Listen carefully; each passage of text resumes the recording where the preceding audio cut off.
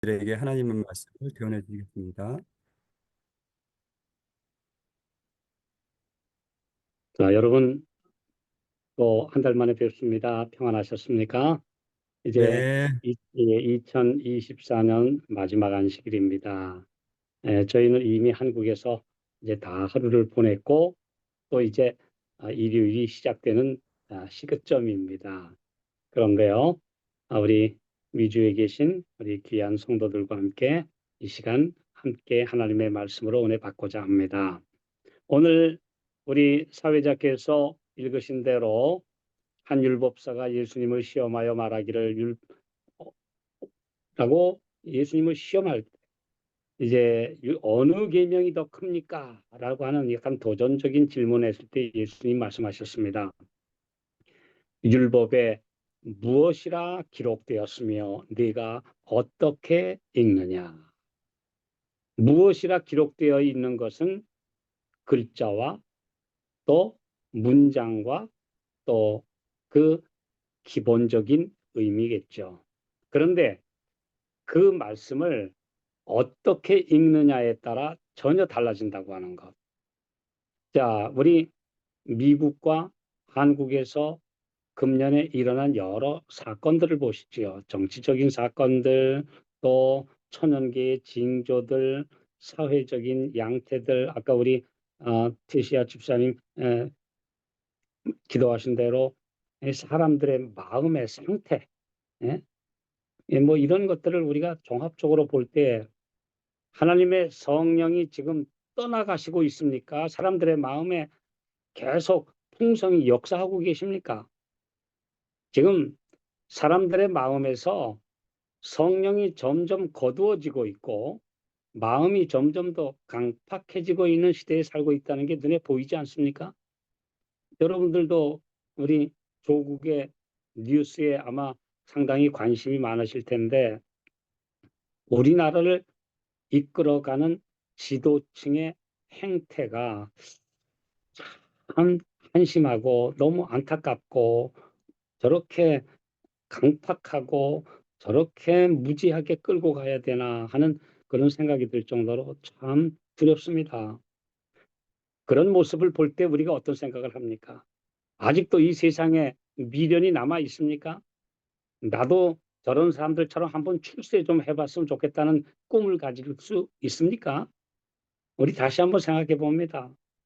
오 주님, 우리로 조용히 성도의 길을 걷게 하시고 평범하게 주님을 위해서 봉사하게 하시고 또 사람들 위해 군림하기보다는 사람들을 섬기게 하시고 사람들 앞에 우쭐하고 나서기보다는 도리어 우리가 아무것도 아닌 자신을 살피게 해주신 우리 주님께 도로 감사하지 않습니까?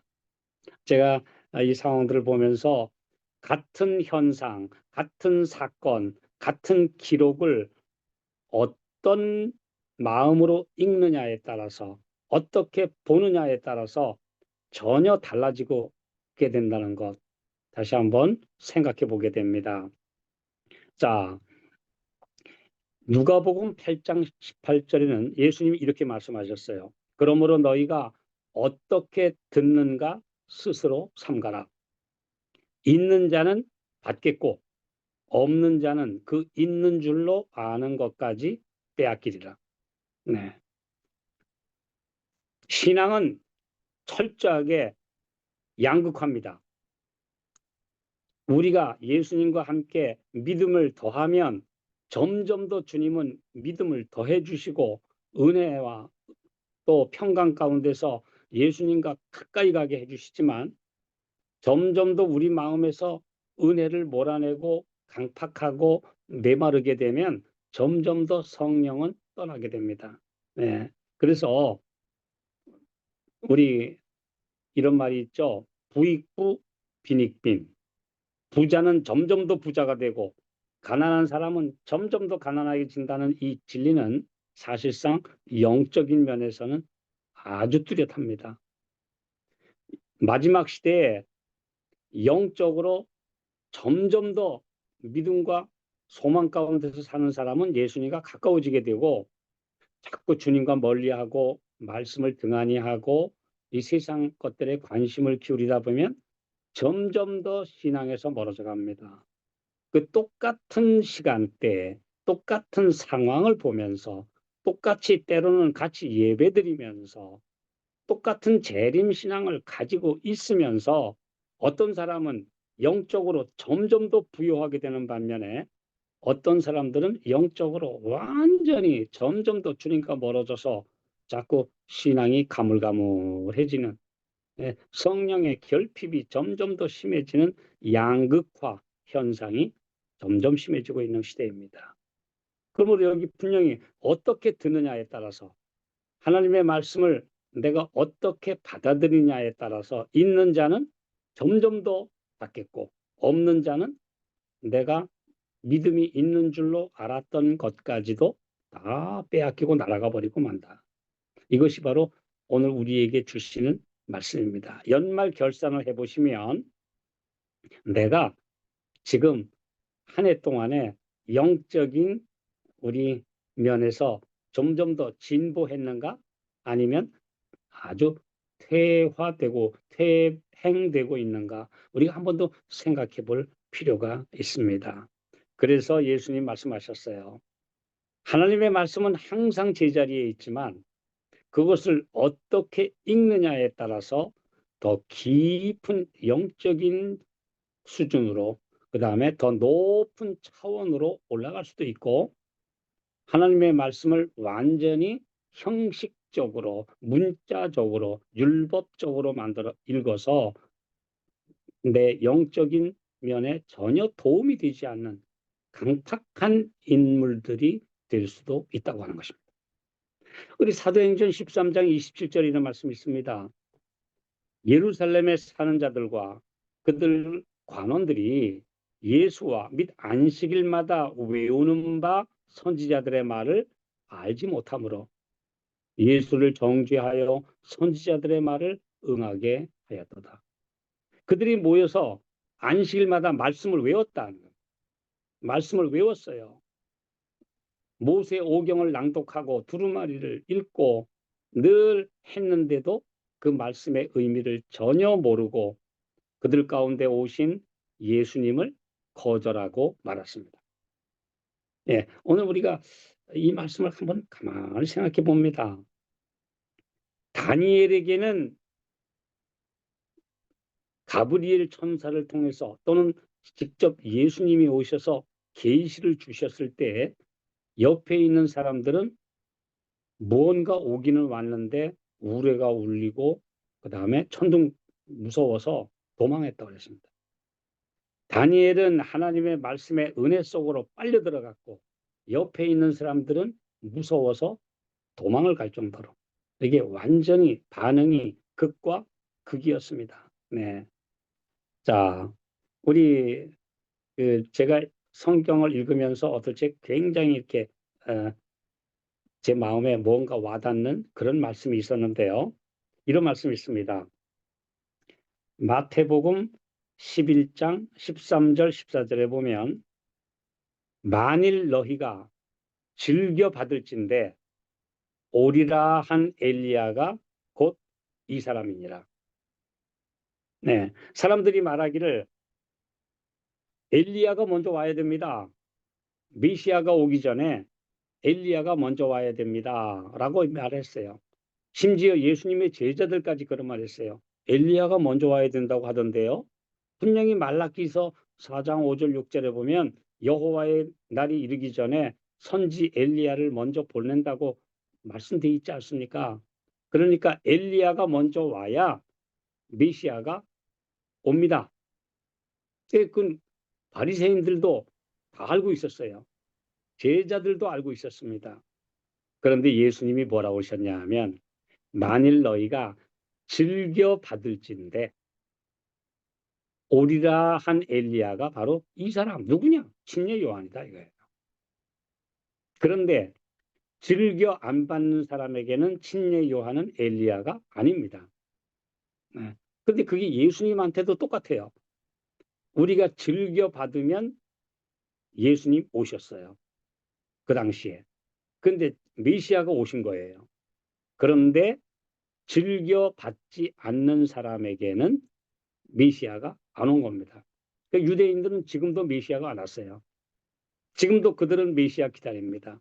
왜냐하면 저 나사렛에 몫으로 왔던 예수, 자기가 메시아라고 주장하다가 총독한테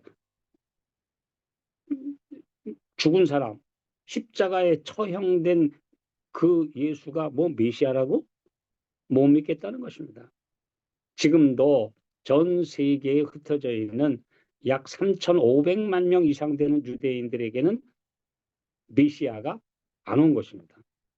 와야 돼요. 네. 그러니까 즐겨 받는 사람에게는 침례 요한이 메시아고 예수가 그리스도예요. 근데 즐겨 받지 않는 사람에게는 엘리야도 안 왔고 메시아도 안 온 상태로 저렇게 메마른 상태로 망국의 길을 걷고 전 세계에 디아스포라가 되고 그다음에 지금도 계속 이슬람과 싸우고 천년왕국 기다리고 막 온갖 소망을 다 얘기하지만 사실은 성경 잘못 읽고 있는 것입니다. 그렇죠? 네, 성경을 제대로 읽었다면 예수님 이미 오셨고 이제는 예수님의 재림이 가까운 시대인데 아직도 초림도 안 됐다니 이런 기막힌 사람들이 수천만 명이나 있다는 것입니다. 이게 바로 하나님의 말씀을 어떻게 받아들이냐에 따라서 전혀 다른 양극화 현상이 점점 심화된다는 사실을 우리에게 가르쳐 주고 있는 것입니다. 그래서 오늘 예수님이 우리에게 말씀하신 그 음성이 내게 주어지는 하늘의 기별인가? 아닌가? 금년에 일어나는 여러 사건들이 재림이 심히 임박한 사건인가? 아니면 그냥 지구가 낡아지니까 늘 그런 거야 라고 지나쳐버리는 사건들인가? 저는 요즘에 그래요. 전 세계의 지도자들이 제가 볼 때 정상적인 사람이 별로 없는 것 같아요. 제가 볼 때 미국의 대통령도 별로 존경이 안 가는 분이 된 것 같고 또 그다음에 러시아 대통령은 완전히 전쟁광이고 또 중국을 다스리고 있는 시진핑이라는 사람도 요즘에 중국에서 온 우리 모든 동포들과 이야기를 들어보면 이건 정말 올바른 지도자는 아닙니다. 아니, 그뿐 아니에요. 우리나라도 지금 지도자들이 지금 엉망이에요. 그럼 도대체 지도자들이 저렇게 엉망이고 점점 더 사람들은 강팍해져 가는 데서 무엇을 읽을 수 있는가? 성령이 떠나시고 있다는 것입니다. 네. 성령이 사람들의 마음에서 떠나고 있는 현상을 우리가 지금 보고 있고 그런데 반면에 우리는 성령이 더 풍성하게 우리 마음에 오셔서 우리를 뜨겁게 해주고 계십니까? 더 사람들을 사랑하게 해주고 계십니까? 아니면 우리도 그 사람들 닮아서 마음이 냉랭해지고 점점 차가워지고 형제들 만나도 별로 반갑지 않게 되고 이렇게 성령이 떠나가는 현상 속에 우리도 휩쓸려 갈 것인가? 아니면 전혀 다른 이제는 더 뜨거워지고 더 말씀 가까워지고 마음이 간절해지고 예수님 재림이 가까움을 더 느끼는 그런 영적인 에어리어로 우리가 지금 들어갈 것인가? 오늘 우리가 이 말씀을 보면서 생각해 볼 중요한 문제입니다. 자, 우리 고린도후서 5장 16절에 이런 말씀이 있습니다. 고린도후서 5장 16절에 보면 그러므로 우리가 이제부터는 어떤 사람도 육신을 따라 알지 아니하노라. 육체대로 알지 아니하노라. 비록 우리가 그리스도도 육신을 따라 알았으나 이제부터는 그같이 알지 아니하노라. 우리 사랑하는 형제들을 육신으로 보면 어떻습니까? 매력 있습니까? 육체대로 보면은 이제 나이 늙고 점점 시들어가고 또 어떤 사람들은 별로 매력도 없고 또 어떤 사람들은 뭐 보면 이제는 병들고 이제 점점점 쇠해가고 있습니다. 그런데 우리가 육체대로 아는 것이 아니라 영적으로 그들을 바라보면 간절하게 예수님을 사모하는 성도들이 그렇게 귀한지요. 네.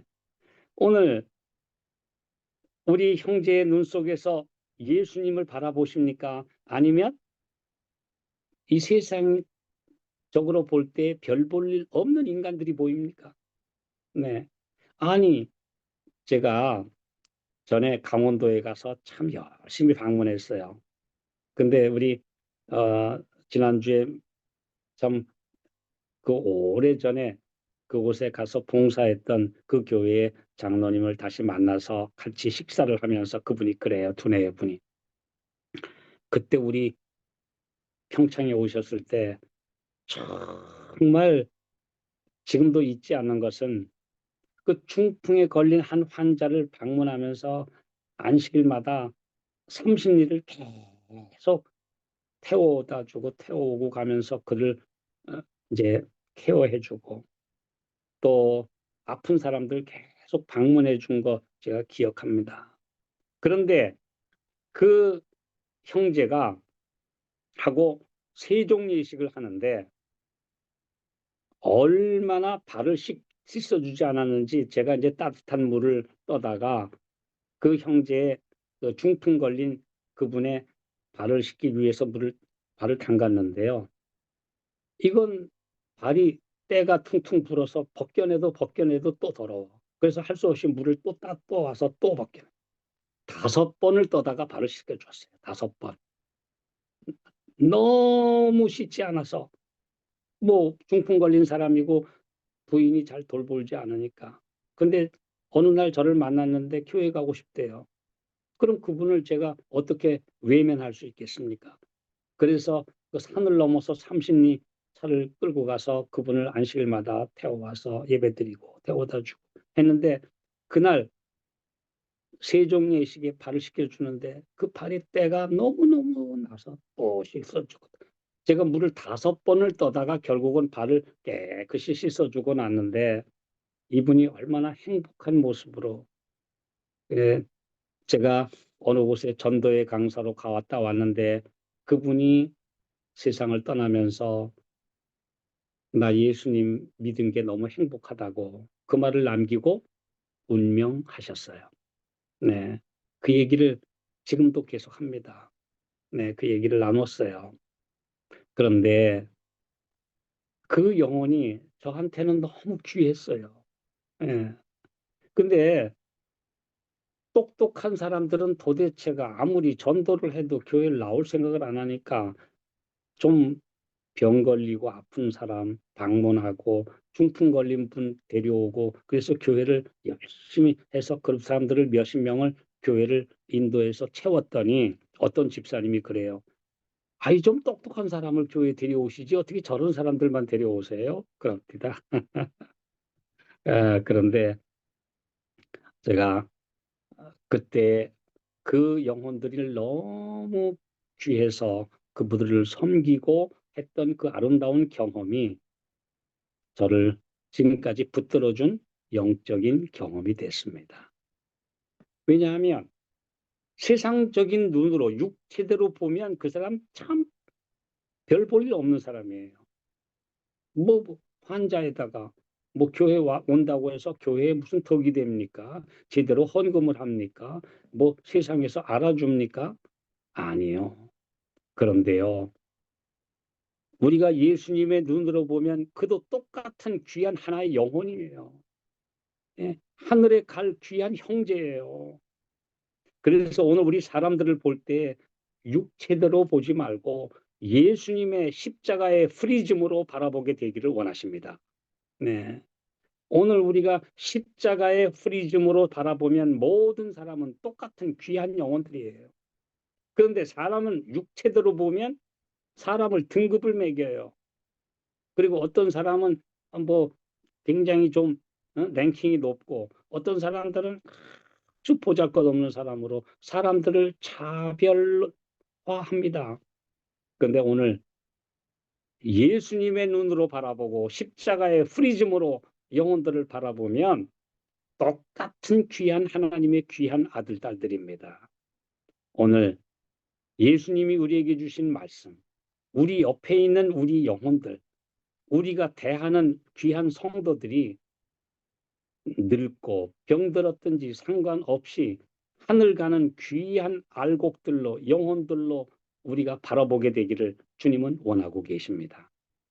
그래서 말씀도 우리가 만나는 영혼도 우리가 만나는 여러 가지 피노미넌도 현상들도 우리 주님이 우리에게 주시는 귀한 메시지로 받아들이면 우리에게 얼마나 은혜스럽고 따뜻하고 우리의 마음을 적셔주는 성령의 은혜가 함께 하실 것이고 우리가 그들을 바라볼 때 뭐 저런 사람이야 뭐 그렇게 되면 우리에게서 사랑이 빠져나갑니다. 은혜가 메말라 버립니다. 그러므로 오늘 기별에 대해서 우리에게 주신 하나님의 선물에 대해서 말씀에 대해서 우리가 어떻게 받아들이냐에 따라 우리의 믿음이 향상되고 더 은혜가 충만하게 될 수도 있고 사람들이 점점 이제 메말라 갈 수도 있다는 사실 오늘 다시 한번 생각해 보게 됩니다. 우리 위주에 계신 성도 여러분들 오늘 우리 안에 은혜와 믿음이 점점 더 증가되는 열린 마음 그리스도의 눈으로 영혼들을 보는 마음 또 예언의 빛으로 우리가 모든 뉴스를 읽고 말씀을 보면서 우리의 마음에 더 성령 충만한 새해를 맞게 되시기를 기도합니다. 예, 우리의 마음이 닫혀버리면 그거 뭐 그냥 늘 듣던 얘기인데 뭐 내 평생 듣던 말씀 또 들려주시오 노래 우리 있잖아요. 찬양 찬미도 있잖아요. 내 평생 듣던 말씀 내 평생 듣던 말씀 그러나 그 말씀이 나에게 새롭게 와닿는가? 아니면 그거 뭐 맨날 듣던 얘기인데 뭐 이렇게 우리가 지나쳐 버리고 흘려버리고 말면 아무것도 아닙니다. 오늘 주님께서 우리에게 말씀해 주셨습니다. 어떻게 받아들이느냐? 또 어떤 사람은 그렇습니다. 에스겔 33장 30절부터 33절에 보면 에스겔이 그 백성들에게 하나님의 말씀을 전했어요. 근데 그 백성들이 어떤 백성들이냐?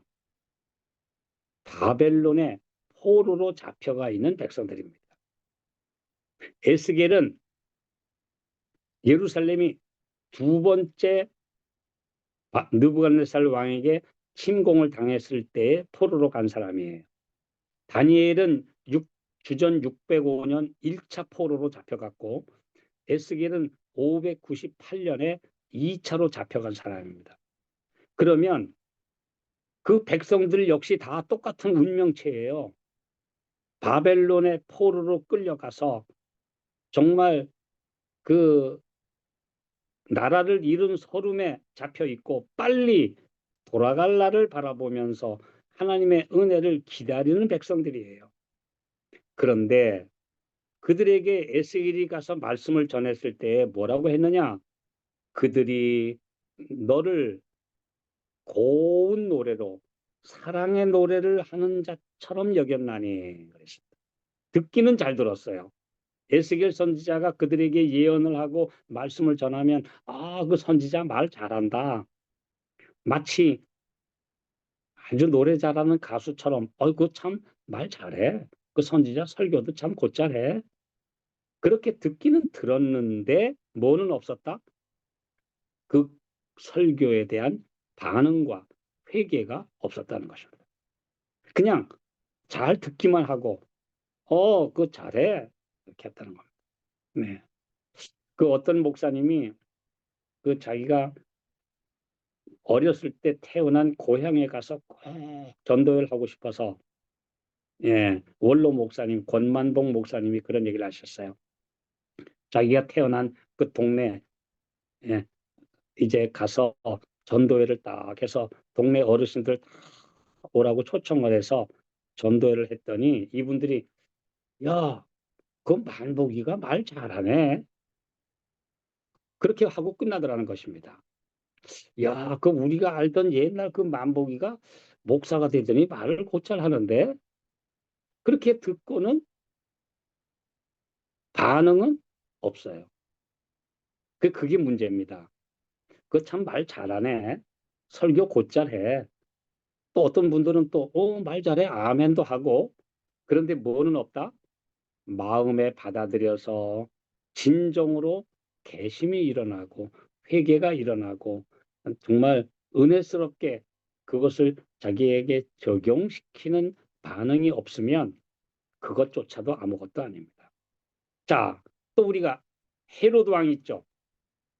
이 헤롯이 침례 요한을 죽인 그 못된 여자의 관계 때문에 헤롯을 죽였잖아요. 근데 그 헤롯이 침례 요한의 말을 들을 때에 안 들었느냐? 아닙니다. 여기 마가복음 6장 20절에 보면요. 헤롯이 침례 요한을 선지자로 알고 아주 귀히 여기고 번민을 느끼면서도 달게 들었다 그랬습니다. 네. 침례 요한이 헤롯 왕한테 하나님의 말씀대로 사십시오. 어떻게 불륜을 저지릅니까? 막 그렇게 직언을 했을 때에 아이고, 내가 잘못은 했어. 라고 들었어요. 번민을 느끼면서도 달게 들었다. 그런데 들었다면 당연히 그 잘못된 관계를 확실하게 해결해야죠.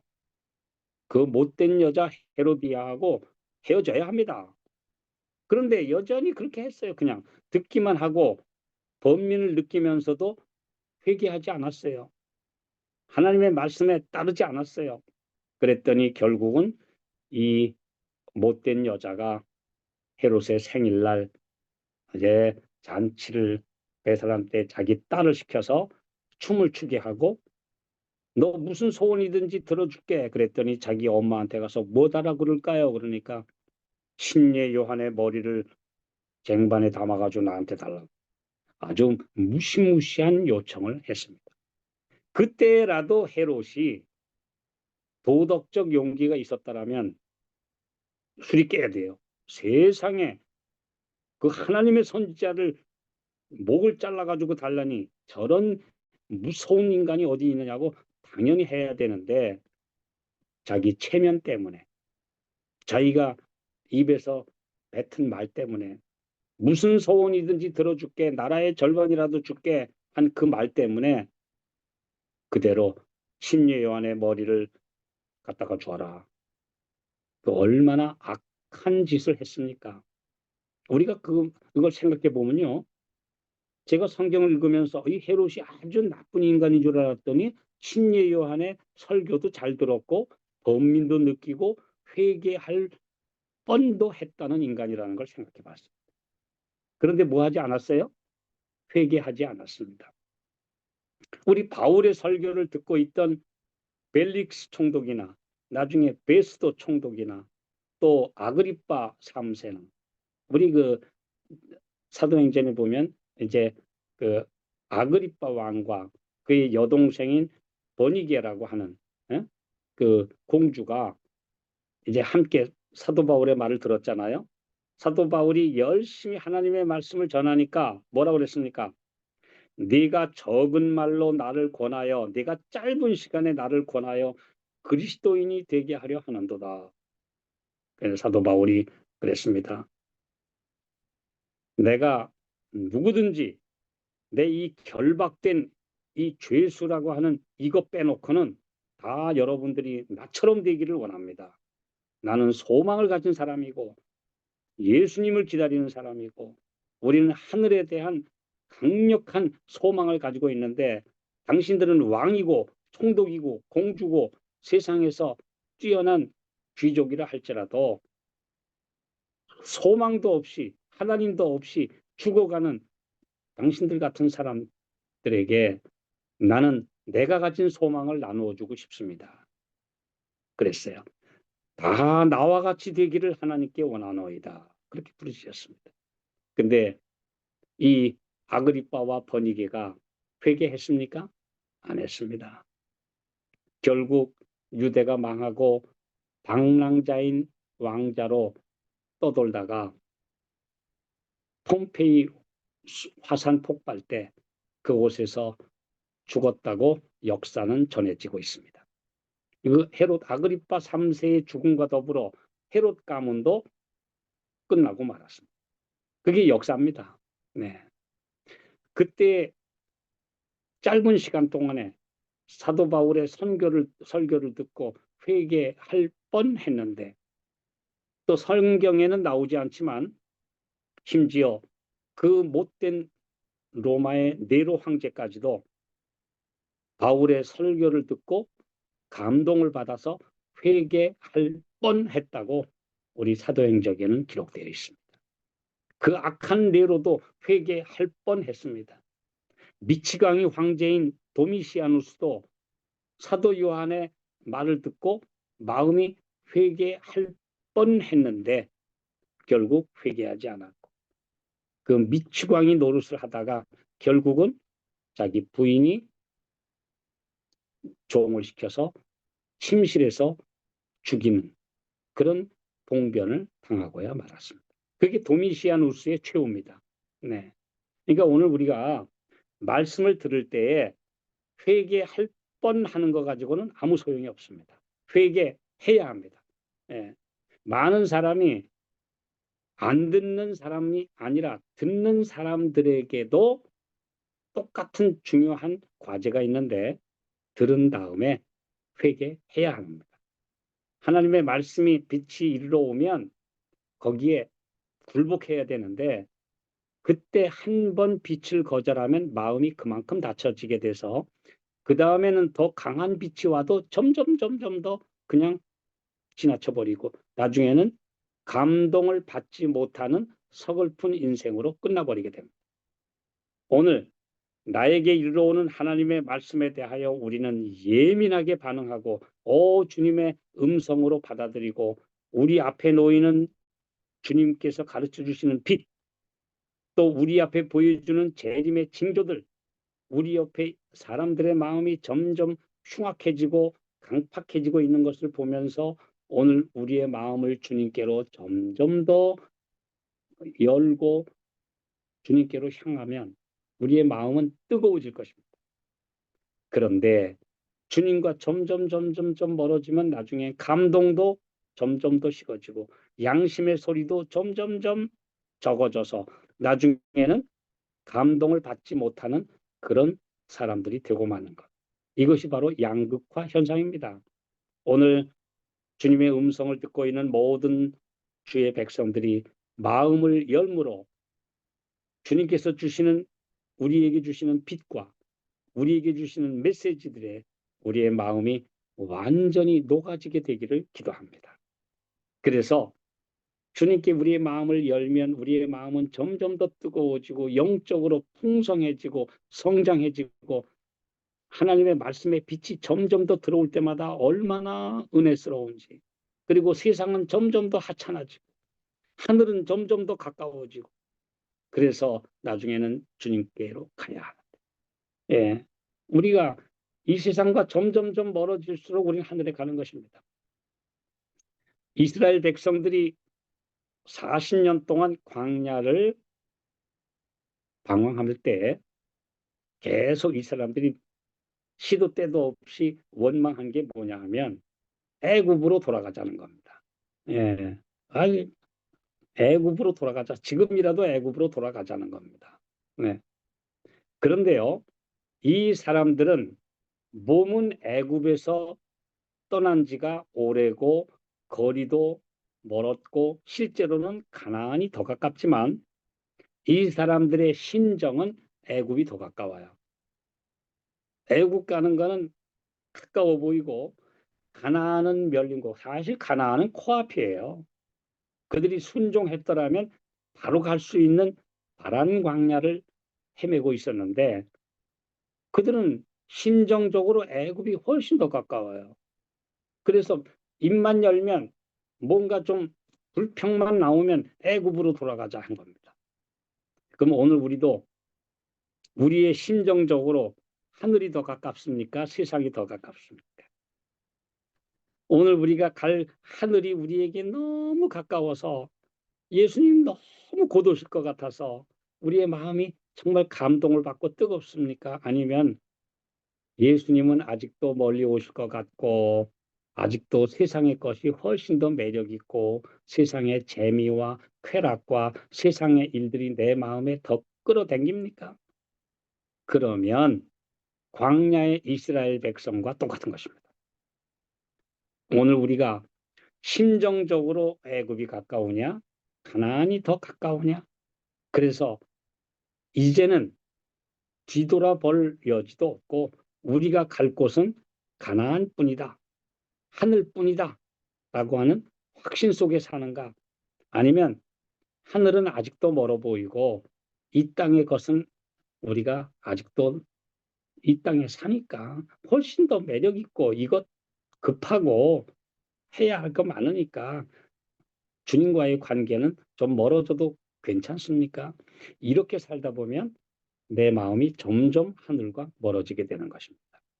2024년도를 이제 우리가 마감하면서 우리가 생각하실 것은 내가 나에게 주시는 하나님의 음성을 지금 나는 어떻게 받아들이고 있는가.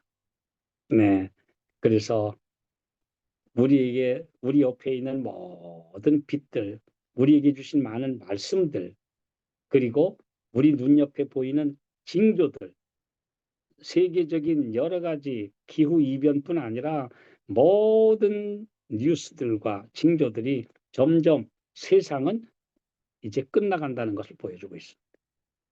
우리가 성경에서 우리 재미있는 말씀을 하나 보시죠. 우리 그존 버년의 철로 역정 잘 아시잖아요. 예, 기독교인이 어디에 살아요? 장망성에 살죠. 장망성.